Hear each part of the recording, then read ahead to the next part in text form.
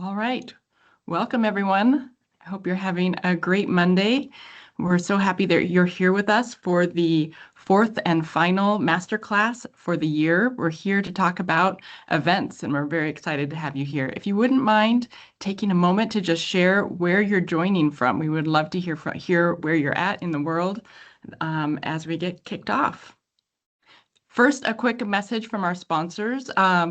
You can find all kinds of learning sessions on the Customer Hub website. You can go there to look up training and on-demand sessions on many different Microsoft technologies, including Viva Engage, and the session will be available there soon after the session. So be sure to check that out. During this session, you will notice that your audio is muted. So that's just really to help with distractions and noise that can kind of come up in a larger event, but we want to see you participating. So please raise your hand, clap your hands, find those reactions. It should be kind of in the middle of your top bar in Teams. I see some claps. It's a little bit different than the raise hand feature, so sometimes I get those confused myself, but make sure we want to hear your participation. We want to see what you love and what you're thinking along the way. Also, please chat with us in the chat like you're doing now, telling us where you're coming from. And if you have questions, please put them in the Q&A. And you can find that up at the top in Teams. You should see a little Q&A option. So please put your questions there. That allows us to kind of stay organized and know which questions we've answered and which we haven't. Our team will try to be on top of that throughout the Q&A and then incorporate the answers to your top questions into the blog afterward. You are welcome to grab screenshots along the way. If there's something that you want to save for later, we will share out the deck and the recording, but it takes us just a few days to get that live. So if there's something that you want to make sure you have with you, feel free to grab that. I am going to run a quick poll just to help us know a little bit more about you. We would love to know what your role is at your company. If you're in communications, IT, HR, any other team. I made it multiple choice this time because sometimes you guys wear a whole lot of different hats. So feel free to click as many as apply to you. If you haven't signed up yet and you're available to travel to Florida in April, please register for the M365 conference. We would be very excited to see you in person there. We have a whole track specific to Viva Engage, and there'll just be so many learning opportunities. We'll be having some special guests from the Microsoft communications team, as well as some of our customers. So we'd love to see you there. We'll drop a link to register. There's, I think, an opportunity for maybe a discount, but we'll drop that link in the chat in just a moment. So where are we today? Today we are in week 4 of this 4-session series. And today we're looking at designing events that employees remember. Hopefully you've all gotten your little badges if you've attended all of the sessions or 1 or 2 of them. If you do attend all of them, maybe you're here today attending your 4th session, you'll get a special badge that summarizes all of that up, shows that you've attended the whole series. But it's been a great series looking at a variety of topics related to Viva Engage.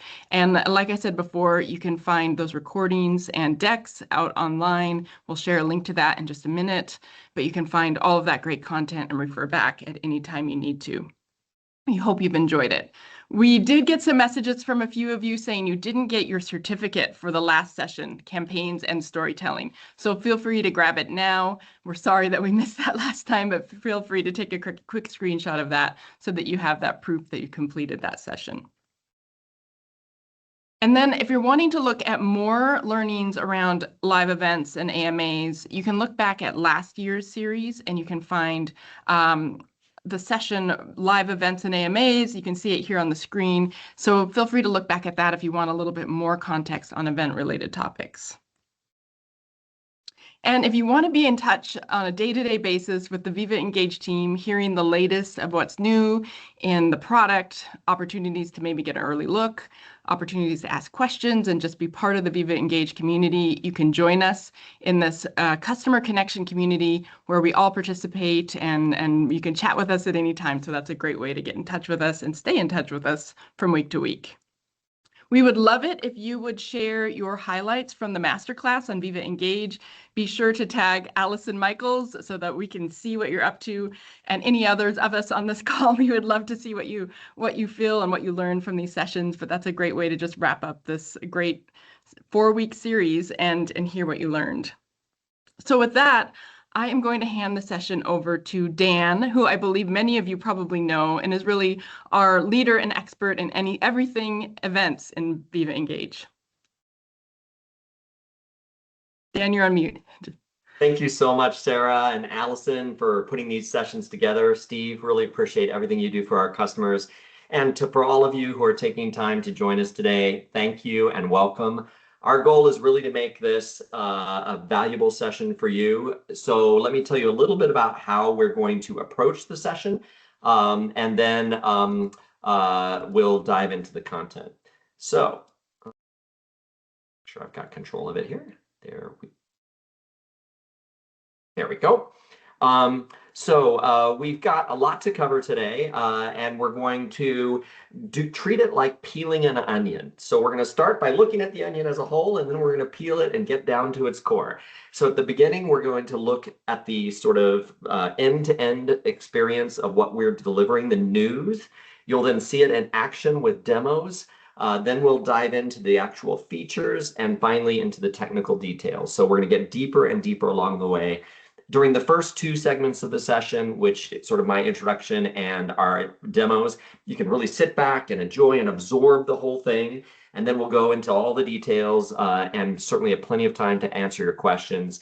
Please do put your questions in the Q&A tab, and we will be answering those both in real time and during the session itself. So first, I'd like to ask, and I think we have a poll that Sarah can push. As you think about events for your organization, what are the setups you would aim at, and what are the risks you're optimizing for? Optimizing for maximum participation, for high signal back to you and the organizers or leaders of the event, dealing with a sensitive topic. Really curious what you're thinking about here, and we'll use that as we tune our content today as well. So we're going to start with the news itself. What is it that we're here today to talk about, which is events in Viva Engage? Events are an incredible opportunity, just like this class today, to share information and knowledge in a very focused and intentional way. When you create an event, as we are creating this event for you, you're bringing together experts, you're bringing together leaders, you're bringing people who have great stuff to share. And the goal of putting an event in Engage is to make the most of that information and that knowledge you're sharing. Events allow you to spark engagement, to amplify news and knowledge, and we're going to see how all that comes to life with a set of new features that we're bringing to you over the coming couple of weeks here. So over the period of the next, let's say 4 to 8 weeks, you're going to get a whole slew of new event capabilities in Viva Engage, starting with an updated broadcast experience. For the last 6 years since the pandemic, you've been able to host broadcasts in Engage, powered by Teams live events and more recently Teams Town Hall. Now you're going to be able to host those broadcasts with a set of features that our customers have been asking us for, including better moderation, better opportunities to integrate with calendars, and so much more. And we'll go into all those features. So it's an upgraded broadcast experience. And we're finally bringing to Engage meetings as well. Because a lot of times it's not just about one-to-many communication, it's about really getting people to participate and engage in real time with each other. We all know what a meeting feels like. We've all been to Teams meetings. Now you can host those in your communities and leverage those meetings to move the goals of the community forward. So we'll have broadcasts, we'll have meetings, and we'll have events that don't have any real-time video component powered by Teams. These are events that allow you to have a page to advertise the gathering, a feed to drive engagement, and you might use these events for text-only Ask Me Anything or AMA style events, or you might use them as a way to gather and get input and signal before an in-person event. So you'll be able to host any one of these 3 types of events from any community or storyline in Viva Engage. And they'll be backed by a set of features that will make your experience of executing those events so much better. Starting with what you can do to promote the event, new ways to get the word out and drive people to your event, New ways for people to learn about your event. Every event will have an event page, kind of like a microsite for the event that you can use to talk about what the event is going to be. People can learn about the event, add it to their calendar, eventually register for the event. A feed that allows people, just like in the Q&A tab here, exactly the same idea, ask questions, share thoughts and feedback, react and reply to each other's communications, and even upvote questions to get a signal for what is important to your audience. You'll have lots of ways to control the experience to make it exactly what you want to support and drive the engagement capabilities you need for your event. We've been asked for a long time to support anonymous questions, for example, so that you get really authentic and true questions from users. When you have anonymous, you often will want a moderation as well, so that questions don't just go off the rails. That will be there. The ability to have little back and forth with the person who asked the question that are private and not visible to everyone, which will be helpful when someone says, hey, I can't hear the event right now. And you can just sort of have a little back and forth privately. Lots of great new features that will help you make the event exactly what you want it to be. In addition, there will be new production capabilities, including 1080p video, so HD video, the ability to use ECDN, which is Enterprise Content Delivery Networks, which allows you to have events that are large with less burden on your network. Green room, attendee controls, who's allowed to be on and off camera and microphone, live reactions like you're using right now. So I'm happy to see you're happy about these features. Recap capabilities to help people catch up with an event afterwards. And finally, lots of analytics and reporting. Now, we'll go into all these features later. You'll see them all in detail, and we'll answer your questions about them. The most important thing to realize is that these are here to help you as an organizer be more effective at putting together and hosting your event, to make it easier for presenters to share their knowledge and information, and easier for attendees to be a real participant in the event and to get out of the event what they need to get out of it, before, during, and after the event. So all of these features help the event be more effective, and you're going to love this one at the very bottom of the screen. All of these features are available to all Microsoft 365 customers. None of these require premium licensing for your basic events across Microsoft 365. We'll go into details about this more later, but you will have the ability to get attendee packs for really large events. But for the types of things that 80 or 90% of our customers do, everything's going to be there for you, which is fantastic news. So we have these three types of events that you can host and engage with all of these capabilities. Now, let's ask probably the most important question of the day, which is why? Why even host an event and engage instead of just doing what you do today, which is you go to your calendar in Outlook or in Teams and you schedule a webinar or a town hall or a meeting? What is it that makes these events and engage different? It's not the actual real-time video experience that we're in right now. That's a Teams-driven experience. It's a meeting, it's a webinar, it's a town hall. That's exactly the same. But you're wrapping it in the superpowers of Engage, and those superpowers give you the ability to create these more effective experiences before, during, and after the event. And again, at sort of the highest level, these are about helping you communicate about the event and drive awareness and demand, get people to know about your event and come and register for it, to have deeper integrations with calendars, including a place where you can send people to see what events are coming up, what events have happened in the past. Very importantly, driving engagement, getting people involved with your events. So they're not just passively listening or consuming, but they're activating their senses, they're diving in, they're investing their energies in the event, so they're getting more out of it. And of course, by putting an event in a community, it helps your community achieve its goals. Communities can be there to share news and information. They can be there to help leaders amplify their voices, align people, and drive culture. They can be there to share knowledge and answers and training. Whatever your community is doing, those events can now be part of that community and helping it move forward. And last but not least, as I hinted at the beginning of my discussion, events are an amazing source of vetted, authoritative information and knowledge.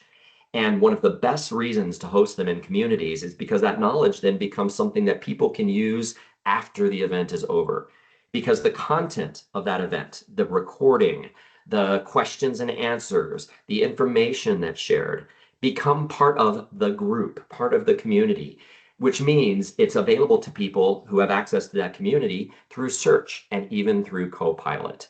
Now, so anyone who missed the event may not have even known the event exists will find the valuable information from that event through Copilot and search experiences.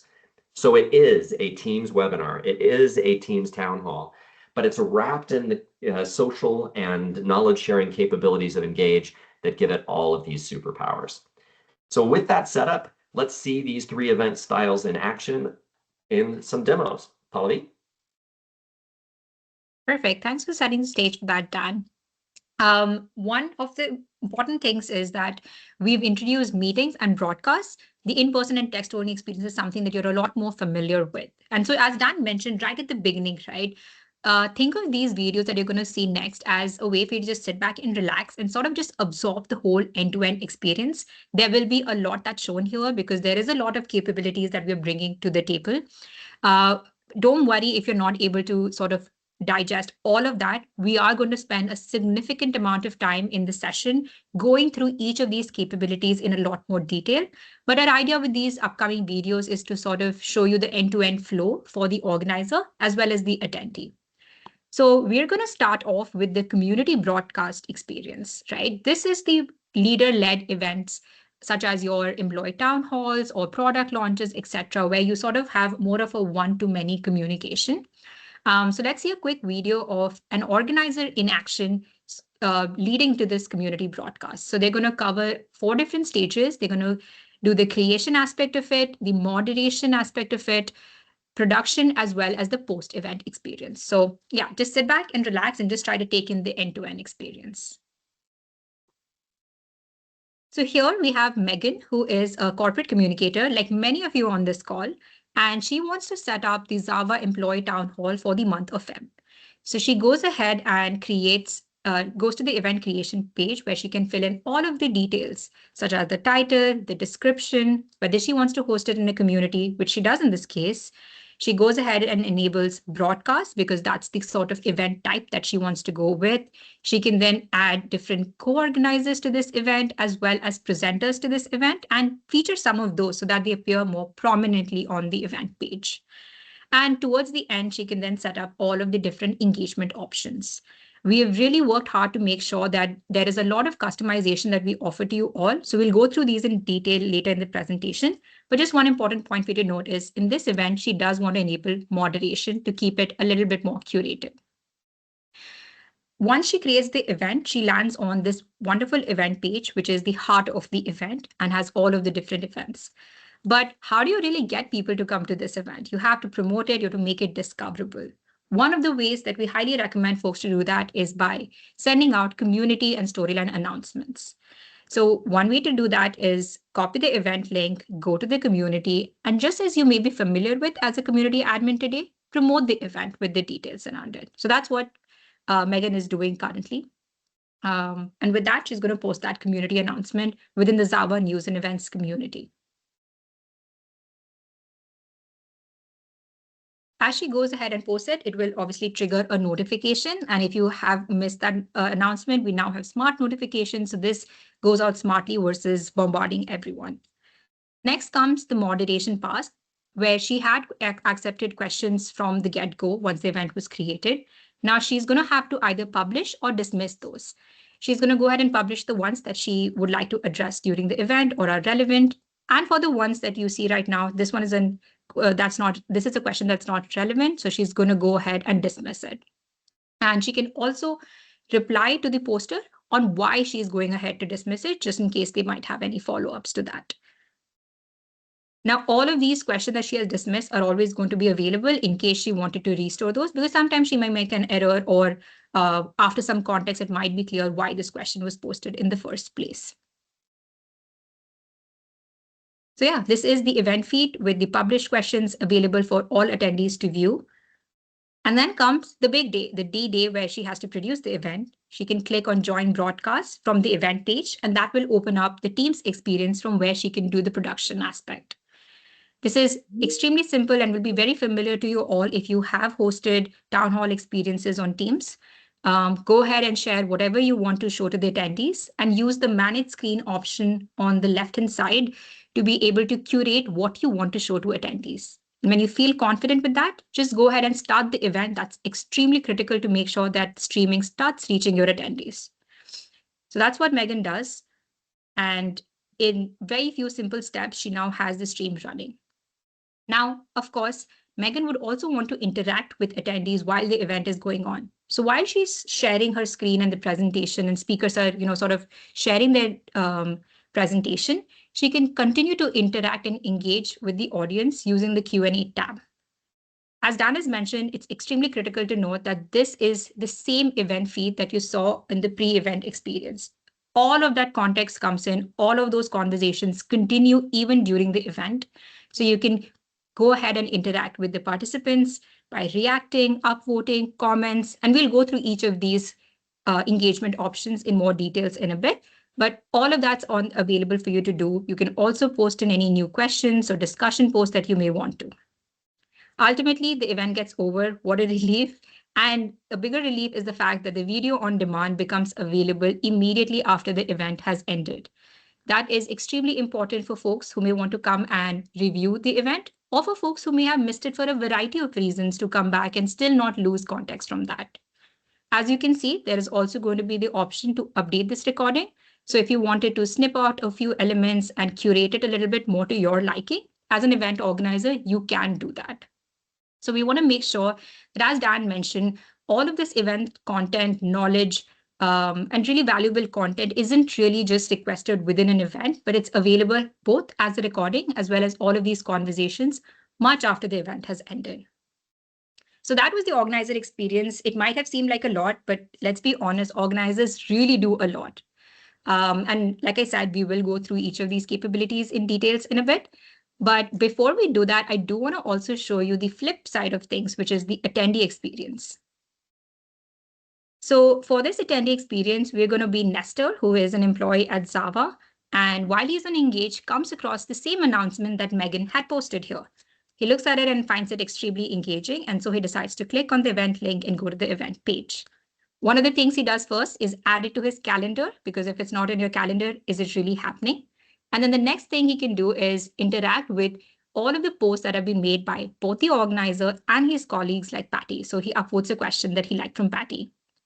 And if he has any questions at the top of his mind, he can go ahead and post it. As you can see, this was a moderated event as set up by Megan. So he does need to wait for Megan to review it before others can see his posts. And that way he can continue to keep engaging. When it's D-Day, all he has to do is come to the event page and it's automatically going to show him this wonderful side-by-side view. On the left-hand side will be the live stream that Megan had started from her Teams experience. And on the right is the event feed. Again, it's the same event feed that he was engaging with before the event. And this is going to be the same event feed that's going to be available post the event also. So here we have Nestor posting a question that came up to his mind while he was in the session. He goes ahead and posts it. And of course, he can control aspects of the video in terms of captions, volume controls, and also expand it to full size if he just wants to focus on the presentation and not get distracted by the engagement, or just there's something that's really critical to him. Post an event as well, the experience is pretty seamless. He can always go to the community and within the events tab to the specific events and either review the event recording and the conversations if he had attended it, or if he had missed it, he can come here and consume it for the very first time. We also know that mobile is extremely important, and we wanted to have a very lightweight solution, which does two core jobs. The first is very easily allows you to engage with the different conversations that others have posted, as well as initiate your own conversations. So we see Lynn here posting a question she has. And on the other side, the second element that's critical is the fact that can they view the experience live seamlessly? So that experience is also super simple. When the event is live and they come to the mobile event page, they're going to automatically see the video streaming live and they can consume it on their mobile. And that does not stop them from engaging, so they can continue to scroll down and engage. So these are the two key jobs we want to make sure that users are able to fulfill on mobile as well. So as you can see, the attendee experience, we've tried to keep it as simple as possible. We'll touch upon some of these elements in more detail in the upcoming slides, as I've mentioned. But that kind of like wraps up a little bit of the video demo that we wanted to give you at a high level about the community broadcast experience. And now I saw someone in chat mention about how they're really excited about the community meeting experience. So are we. I think that's definitely an interesting one. We have a quick video again where we're going to touch upon the community meeting creation very briefly before we dive more into the attendee experience. Meetings are great for more interactive and collaborative sessions where you would like for attendees to be able to come off camera, come off mute, and really participate and have a more lively discussion. So some of the event types where we recommend using community meetings would be learning sessions, like AI learning sessions. I know we have a lot going on in our respective organizations. Community meetings would be great for that. For ERG sessions, for brainstorming sessions, you get the drift, right? So let's quickly look at the community meeting experience.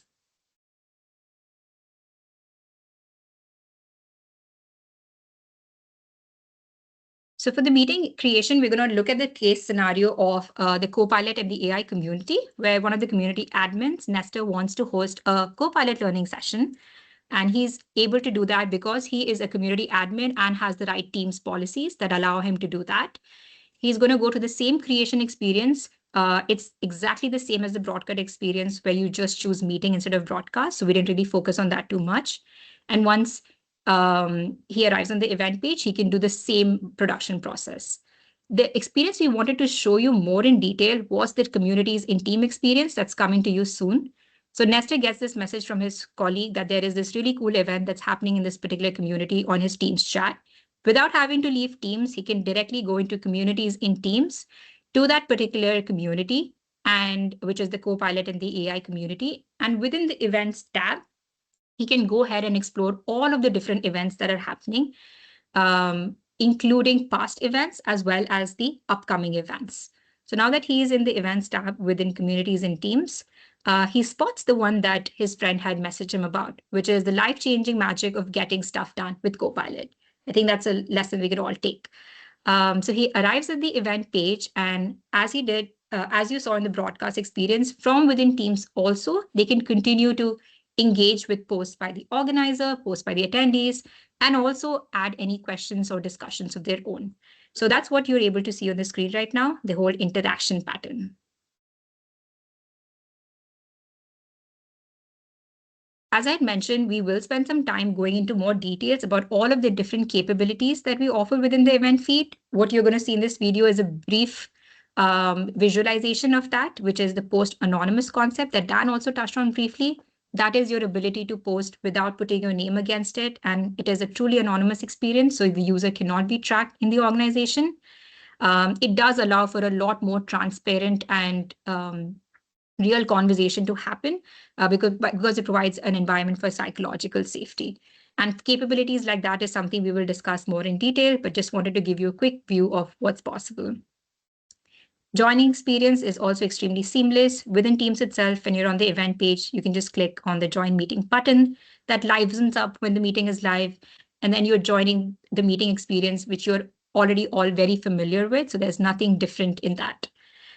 It allows you to live react in terms of engagement, and of course, go into the Q&A tab and continue to engage with posts of others, as well as put in your own posts as well. So there are a couple of upvotes that's going to happen, a couple of posting of questions as well.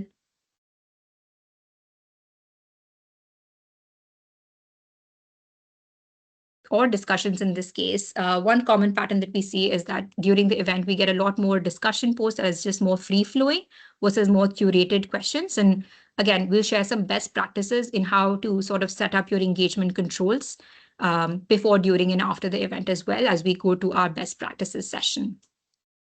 Post-event, again, within Teams itself in the events tab, you will start seeing the event recording a couple of minutes after the event has ended, based on how based on whether this is the real, based on whether the organizer updated it, this would either be the exact video that you saw or maybe a curated version of it. But again, a great way for you to come and review an event that you might want to relook at, or just recap on an event that you had to miss out for a variety of reasons. So we want to keep it super simple for attendees to be able to come and rewatch those. So that sort of concludes a little quick demo on what the community meeting experience look like for organizers and attendees. In a couple of slides, we'll go through each of these capabilities in detail. Another thing that I do want to highlight is Advent Health. We would really want to spotlight this customer. Our Engage Events is currently in private preview, and they've really been our pallbearers in terms of using the community's meeting experience. They've been hosting a bunch of different Copilot learning sessions within their Copilot and AI community to promote the usage of Copilot and the right adoption for it. So shout out to Eric from Advent Health for leading the way on this. He's been running it pretty seamlessly by starting with community announcements to boost awareness and drive engagement in the event, which then opens up the event listing that you see on the right-hand side. So you can see the entire list of upcoming as well as past events so that you can recap on the ones you may have missed and add to calendar the ones that are upcoming that are of interest to you. They've also been doing this more widely for other tools and trainings across Microsoft 365. As you can see on the right-hand side is an event that has concluded. They have their recording at the top, all of the conversations at the bottom, so that the conversations don't end when the event ends, and they can continue to keep that engagement and learning ongoing. And that's pretty much the only way that we'll all learn and grow. So shout out to Advent Health, and we are very, very close to getting all of this experience that I just showed you out. April is the month that it's going to land. So we're very, very excited for you to try these out and provide your feedback so that we can improve on our product.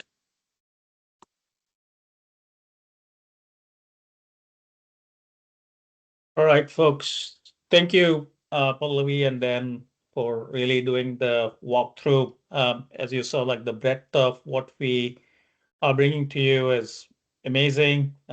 We saw quite a few comments in the chat that there are several of you who are looking forward to the events in communities, and also the ability for us to make sure that we can do a lot of these experiences now that are connected to Engage with so many capabilities of moderation and such. So really excited for what's ahead. And again, once a huge shout out to Advent Health and Eric for really taking it all the way with their users at Advent Health. So really excited about it. So shifting gears a little bit, one of the things we also want to highlight is to say, one of the things that is happening in the events world is the ability for having a new and refreshed One Events experience. It is going to be coming to GA very soon. Currently, it's in public preview with some of our customers. And one of the key highlights is about making sure that we have a single, consistent, and predictable events experience across Teams as well as Engage. So I'll actually queue up and present to you, like play you the video, and then we'll cover some of the stuff. Let me actually take control 1 second.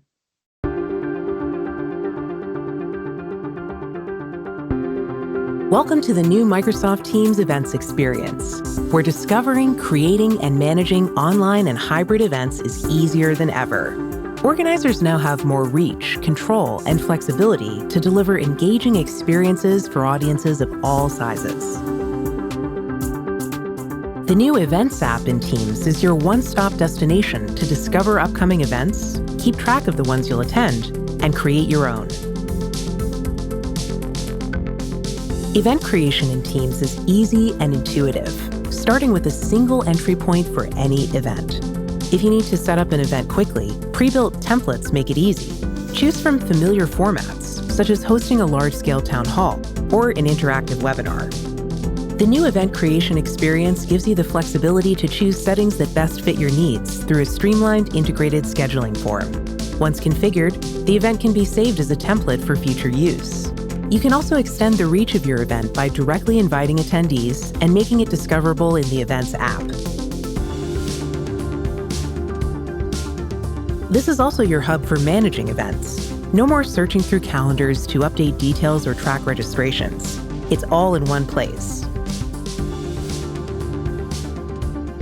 Whether you're hosting a small community gathering, customer webinar, or global all hands, Teams makes it easier than ever to discover, create, and manage the events that keep your organization connected.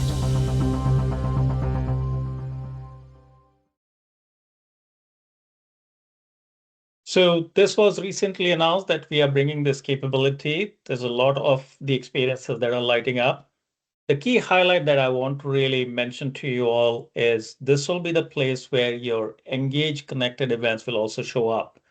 The goal is for us to make sure that wherever the users are, wherever your attendees are, if they are in the Teams experience, they should be able to discover the engage events, being able to add to their calendar and being able to launch it, etc. So a lot of the capabilities that you're going to see are basically going to be available for a lot of your users.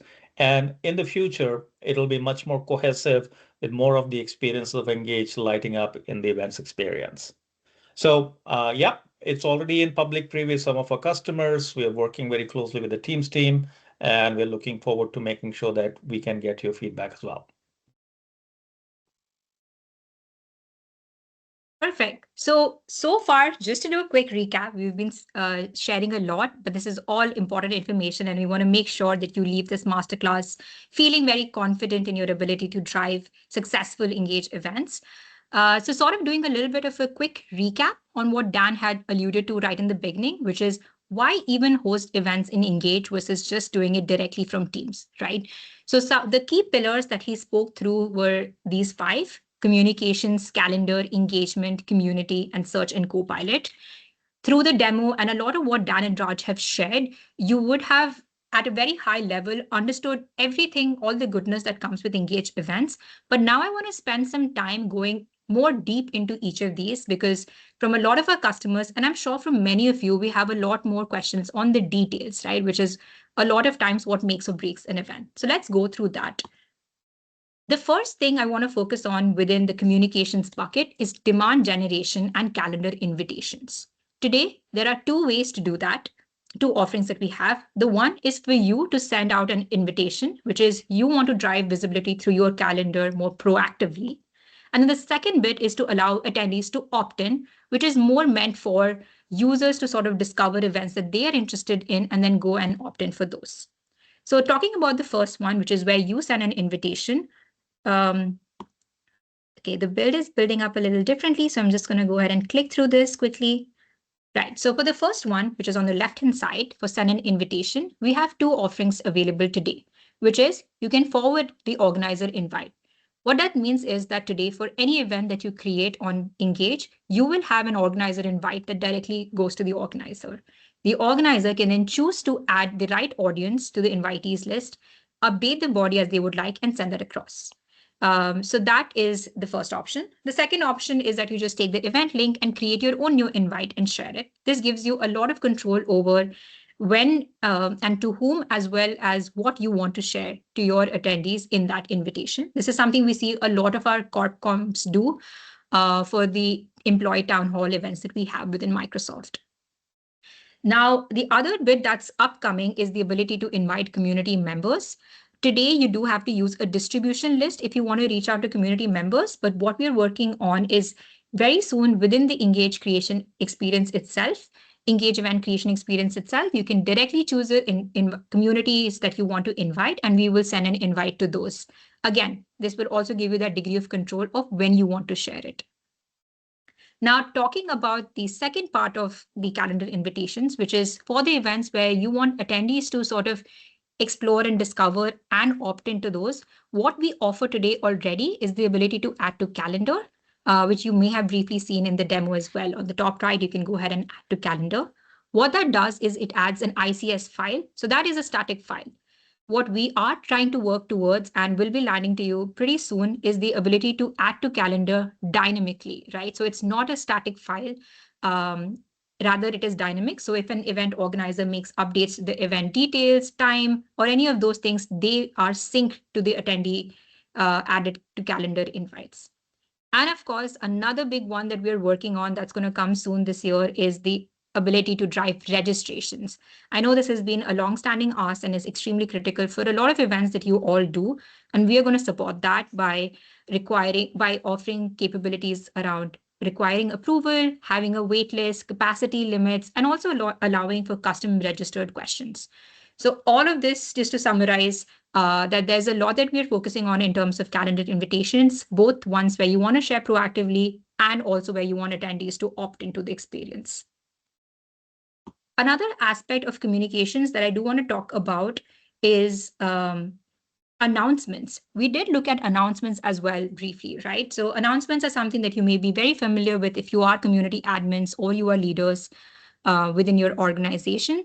That is a great tool for you to drive awareness and attendance for your events. So we highly encourage you to make announcements before the event starts with the event link, with a call to action for for all of the invitees, and really land that notification to drive awareness. The last two things that you see here, the interactive link previews and event updates, are capabilities that are in progress and will also land to you in 2026. These are also different ways for you to be able to drive awareness and attendance for your events. I'm going to speak about them super briefly. The interactive link preview, what it allows you to do is if you were to ever share your event link across different surfaces, Engage, Teams, Calendar, what it's going to do is actually show you a sort of a rich preview of the event itself. So as you can see in the screen here, it has all of the details of the event, and it allows you to, in the same context, register for the event without having to navigate to a whole different page, right? So sort of bringing the details of the event to the user where they are. So that's in the works. And then the second bit is event updates, which you can think of as targeted communications. Of course, for an event, there's a lot to share before the event, during the event, after the event. Important information, important call to actions, and event updates is exactly going to allow for that by providing a dedicated section for organizers to share these updates, and not only share these updates, but to also target these in the form of notifications to a customized audience. There might be there might be event updates that are more relevant to all invitees, some that might be more relevant to people who have opted in, and some to people who couldn't make it, right? So you can curate that experience to choose who, what, and when you want to send out these important event communications to. So that was a little bit on the first pillar that we saw of why actually create events and engage, which is the communications experience. The second one, it was around the calendar. We're sort of bringing the events calendar experience to you within Engage itself, right? So here you have a single location to discover all of these different events. You can find them in the events tab.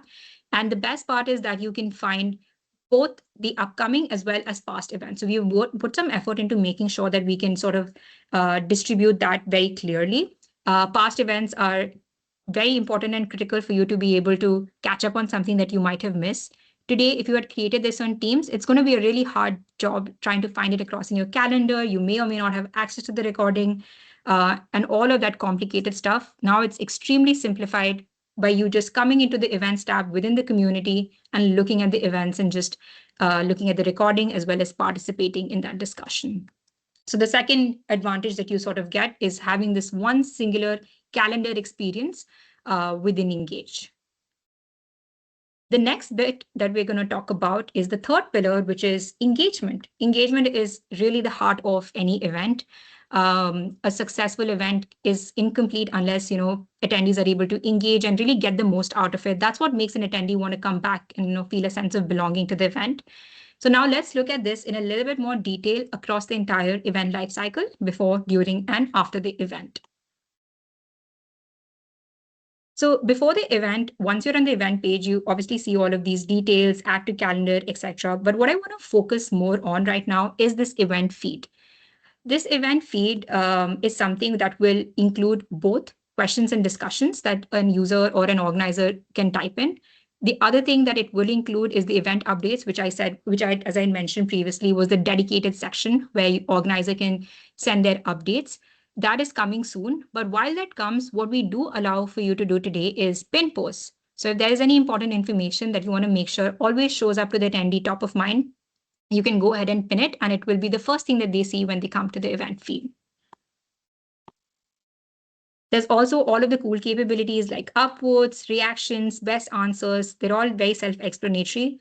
But the things that I do want to focus on are what you see on the right. These are newer capabilities that we have added to make the event feed more richer and to allow for more open conversations. So the first one that you see here is anonymous. Anonymous is a capability that an organizer can decide to opt into.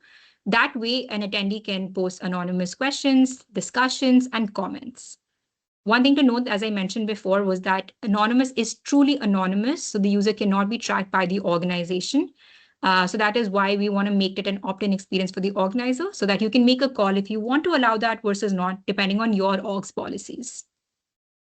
The one thing to note is that anonymous comments can be moderated. Anonymous posts can be moderated, much like your regular posts can be. Moderation can be really critical in such aspects where you want to have a little bit more control over the conversations that go out. And don't think of it as something that, you have to moderate all of these conversations and, you're going to be censoring a lot of things. A lot of times moderation can just be used as a way to make sure that all of the posts that are coming in stay on topic and follow the organizational guidelines. So moderation is something that can be turned on and off before, during, or after the event. One of the things that Raj will cover shortly is some of the best practices that we recommend for how you should set up these different engagement options, depending on the type of event that you have. Another capability that we briefly saw in the demo was the private reply feature, which is available to you whenever you turn on moderation. It's sort of a private conversation between the poster of the question or the discussion and the organizing team. Absolutely great for trying to clarify if the organizer is unable to understand the context behind the post. Also great for letting posters know why their question or discussion has been dismissed, and just making sure that the questions stay more on topic. And lastly, the feature that I know has been also a long ask from a lot of our customers is the ability to export questions and discussions, including comments. Why that is important is before the event, you might want to be able to analyze the questions just to see what are some of the top themes that are emerging, so that you can make sure that during the event, you focus on that from a speaker perspective. And post the event, it's helpful because then you can sort of archive it for posterity measures, or you can also track all of the unanswered questions and make sure that you close the loop on that so that the conversation doesn't end. I do want to take a quick pause here. I thought I saw a raised hand. Was there a question or any comment? Okay, if there's one, let me know. Otherwise, I'll continue to move on. Yeah, we're good. Now, okay, thanks, Dan. Now talking about engagement. So as I mentioned, we're going to talk about engagement before, during, and after. So we spoke about the before experience. So that's all of the setup as well as capabilities that extend even during the event itself, because like I've mentioned a couple of times now, this is the same event feed. All context is preserved, all conversations are preserved, and you can continue to interact. And that's also true for the post-event experience that we have. We have the same event feed, again, available for posterity measures, to have continued conversations, to close the loop on unanswered questions, and the recording itself. One very critical element that will also help with post-event engagement is the recap option, which is coming soon. We do understand that organizers spend a tremendous amount of time, effort, and energy trying to get these recaps running. And what we want to do is give you a draft version of this recap so that you can curate it, make any edits that you would like, or send it across as is, so that people are able to catch up on the top highlights of the event and don't really lose all of the valuable learnings from there. And of course, engagement that comes through, it's really important that we analyze them. And that's where our real-time as well as post-event analytics comes into play. These are really beneficial, not just to see how your current event went, but also to draw learnings that you can incorporate in your upcoming events. So you have all of the good stuff in terms of viewers, users reached, how many people added to calendar, trends of when people were joining in, when engagement was peaking, when there were drop-offs. And we're going to continue to spruce this up with more sentiment analytics as well. But we highly recommend you to monitor this to try and draw insights that can help you both with the current as well as future events. So yeah, we covered the first three pillars: communications, calendar, and engagements in our journey of understanding why host events and engage. Just going to briefly touch on the last two. Community, of course, it's a heartbeat of Engage. It helps build culture, help in learning and knowledge sharing, and events are a great way to sort of do that within communities. So we highly encourage you to try out the community meetings and broadcast experience where it makes sense for you all. And then the last one that I want to speak about is Search and Copilot. I think Dan already mentioned it. I think there is just so much valuable, important, and official knowledge that comes through in events. And we want to make sure that it's not just locked within an event, but is available more broadly within an organization so that the learning doesn't stop once the event does.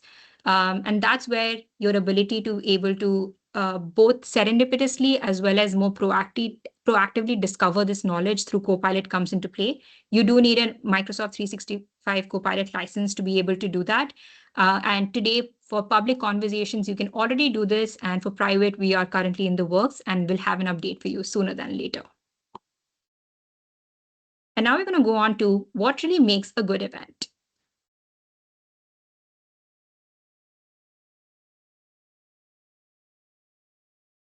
Thanks, Pallavi. As you all saw, folks, we covered a lot of the entire event life cycles and the different pillars of it. So now we're actually going to go into some of the details of what really makes a good event. So at a very high level, as some of you have already been doing, but we thought that we would share some of the best practices or some of the things that we see internally at Microsoft is clearly a few set of things that really drive for the successful engagement and post-engagement experience of an event. It really starts with these 5 things, and there could be more, and would love to hear your feedback as well. Primarily, from an organizer point of view, it is driven by making sure that there's a clear purpose of the event. And this is where I think if the organizer can summarize the goal in one sentence, and this is where I think we can take advantage of Copilot to essentially draft it or even summarize it. That'll be super helpful. And we have some Copilot prompts that we'll walk you through as well. Second one is about intentional participation. This is essentially to say, being focused on the kind of questions, kind of feedback that you're looking for. Seed some questions as well, so that you are basically creating the moment that is not having to deal with ice breaking. There is already a set of questions that you can already have. At least it helps with people to find questions and upvote, like it, and ask similar questions. And also making sure that the engagement is obvious during the event, whether or not you're taking questions, are you opening it for discussions, or this event is purely, especially for some broadcast events where you might not want to take any questions or discussions. Third is facilitation. This is super important. We'll give you an example that this is our masterclass actually is being driven by Dan, Pallavi, Sarah, Steve, and several others who are really working together to make sure that the questions get answered in a timely fashion. So essentially, the place for people to come back to a single place where the questions are being asked. There's a constant loop of making sure that the questions are getting answered.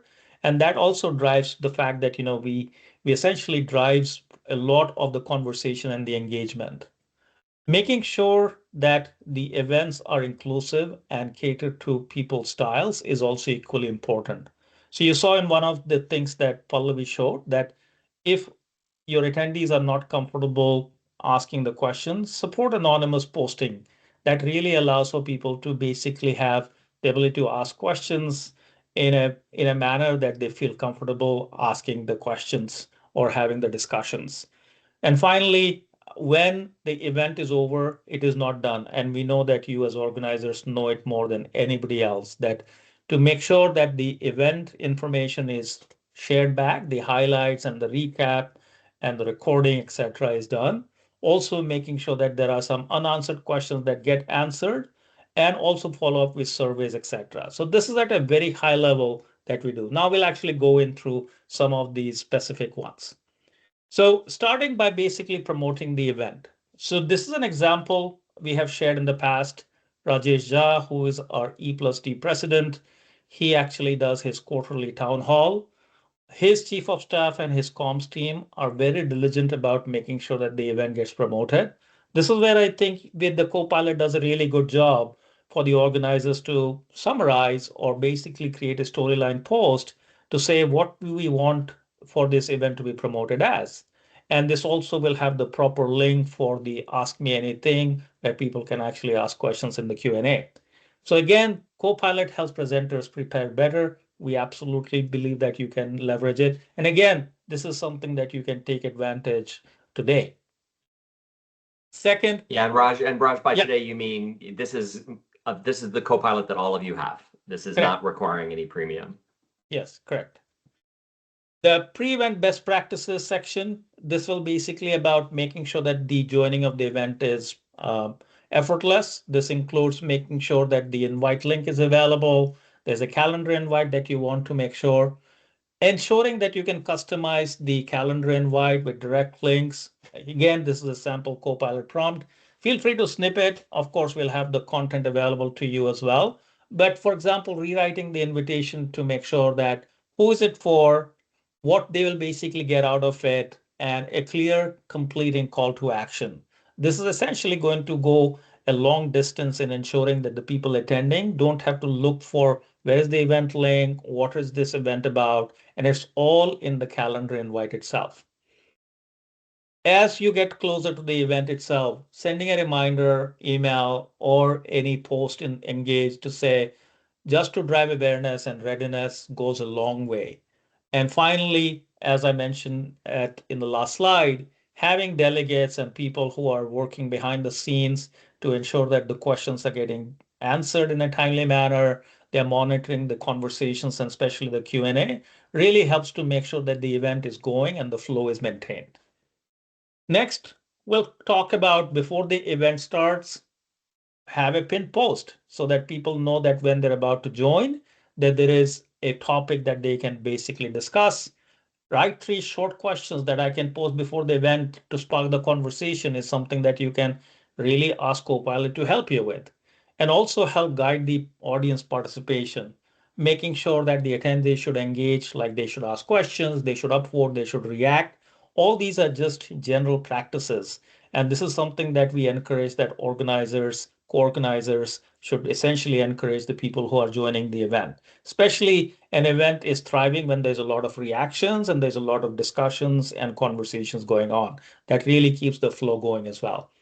Publish questions promptly, especially if you're doing a moderated question and answer, making sure that anything that has been published for review, it is getting reviewed and it has been published, or it is essentially getting back to the question for asking any clarification, goes a really long way so that people feel encouraged to say, yes, my question got answered, it has been published, and now it is getting upvoted and reacted.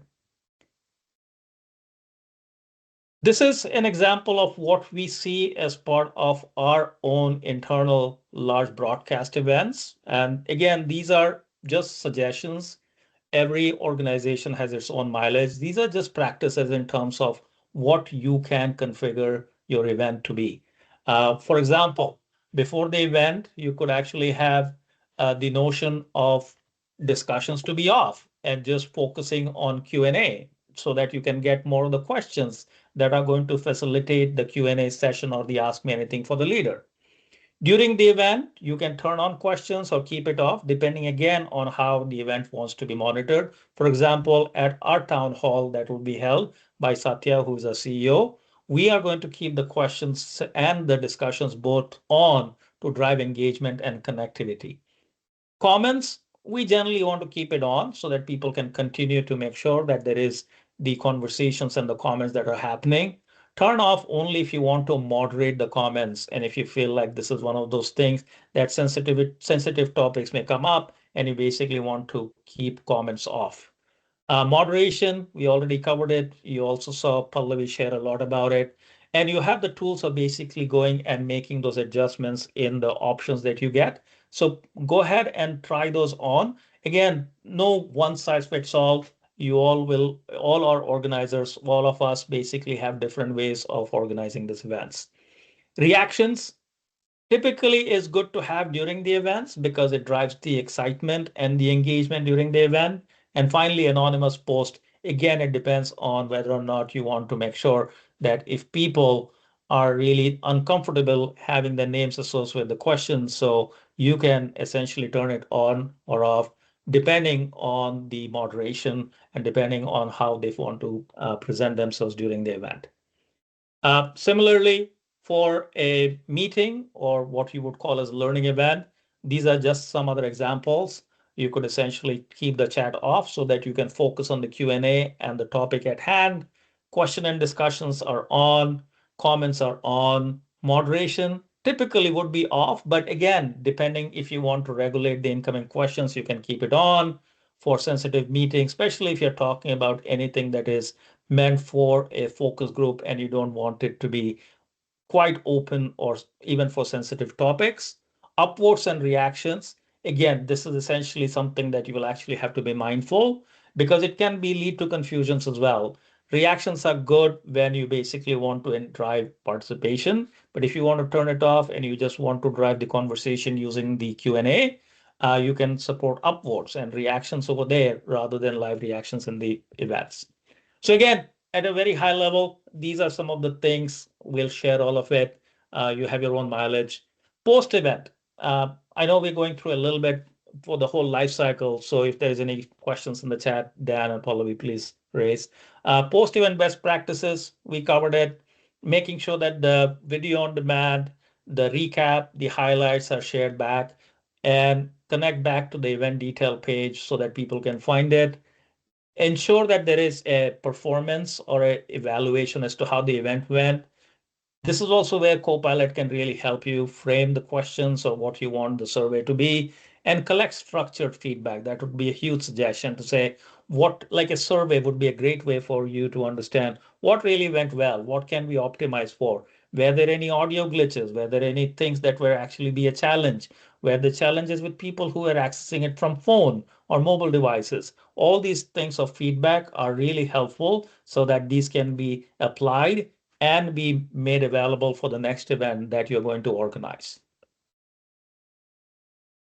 Post-event best practices, again, we talked about this is for the internal folks to basically make sure that we can identify the improvement opportunities, we can highlight the qualitative highlights, and we can continue to have the sustain the conversation that is actually happening. Okay, again, this is additional tips and tricks for hosting your event, first or the next one.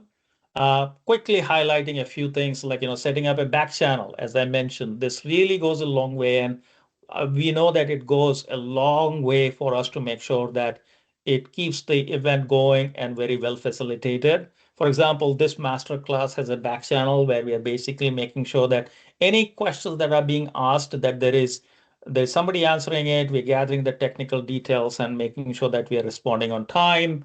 Second thing is making sure that if you are moderating the conversation, publish the questions promptly so that the person who asked the question, he or she can make sure that her question got answered or got posted and there is activity on that.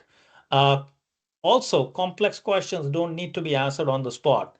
We can take an action item to make sure that they get answered offline and circle back and can be distributed back as part of the recap or the highlights or the conversation summaries.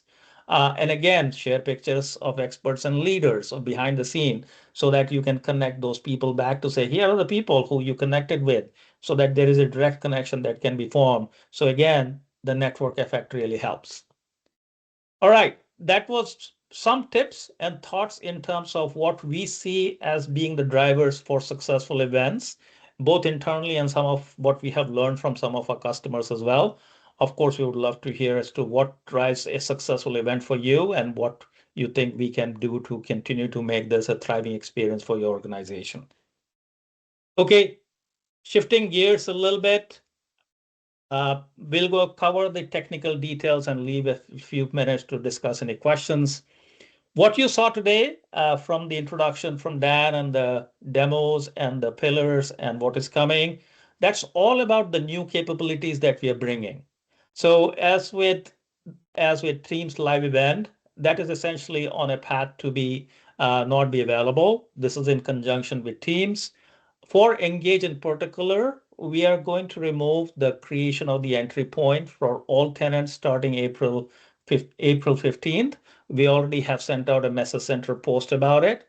That essentially means that you will not be able to host or create Teams live event in Engage effective starting from April 15th. If you have any particular questions or anything, feel free to reach out to us, but this is the timeline that we are working towards. Next, we thought that it would be super helpful for us to basically talk about in terms of where the landscape is for our events. We all are familiar with the Teams meetings. You can always have Q&A associated with it. And the policies that govern it are the meeting policies. Presenter-led attendees, again, this is something that are the department meetings, learning events that can be tied to communities. There are features that have the ability for registration and approval. They have the ability for identifying organizer, presenter, and other attendee roles. The Q&A is essentially going to be the event feed with optional meeting chat. And then from an event experience point of view, it's the webinar template or the collaborative event type template. And meeting starts are there. Unrestricted can tighten control based on the Q&A options that you see it over there. Features of community and storylines will still be available. The things that are coming soon are the ability for registration as well as external participants. That is later in 2026.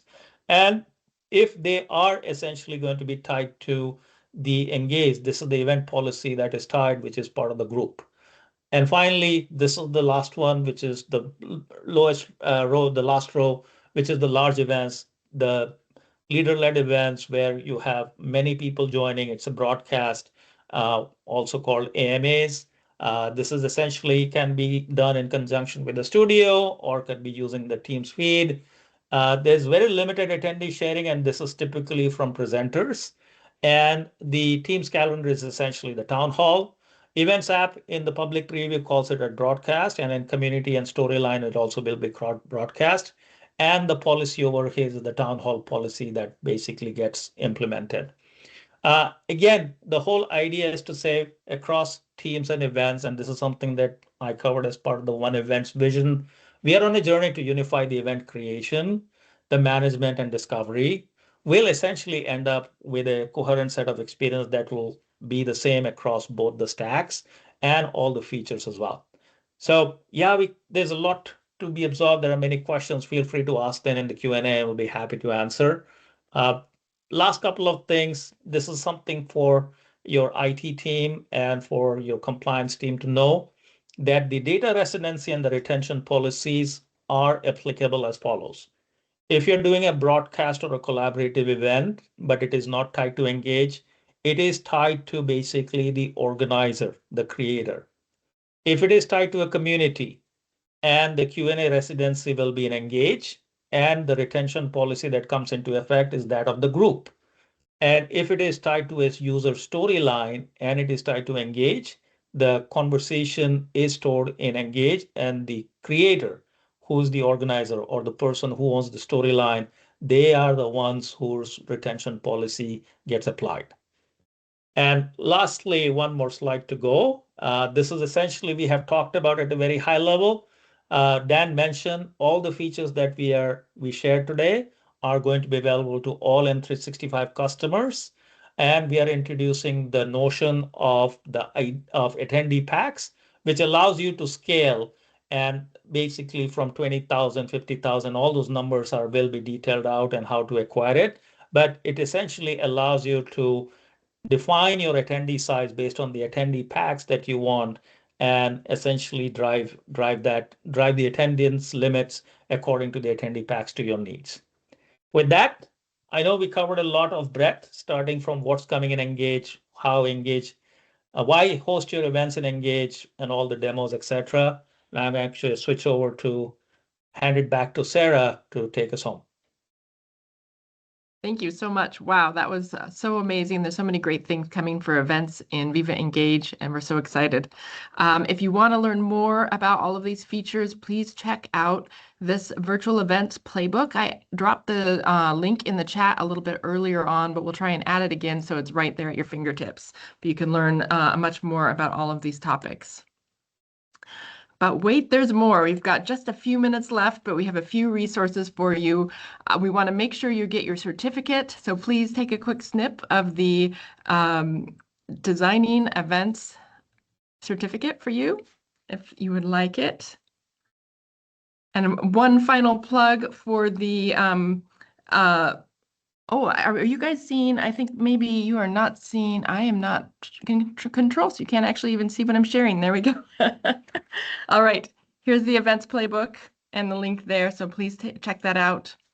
One final plug for the conference coming up April 21st through 23rd. I'm going to show that certificate one last time so you can be sure to get the clip of that. There it is. And we do have another event coming up. Usually we have the first Friday's events.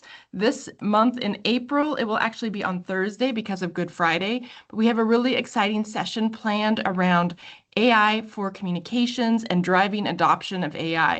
And we'll have a special guest from Foot Locker, just amazing colleague and customer who's doing some great things with Copilot adoption at her company.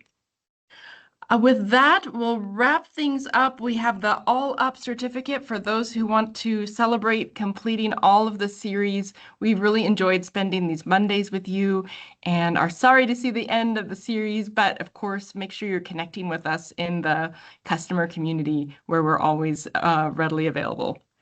And finally, we have a quick survey. We would love to hear what you loved, what you would like to see us do differently, what you'd like to learn about in the future. So take a minute to complete our survey. And again, thank you all so much for attending today. I hope you have a good evening, morning, whatever time of day it is where you're at, and we'll talk to you all soon.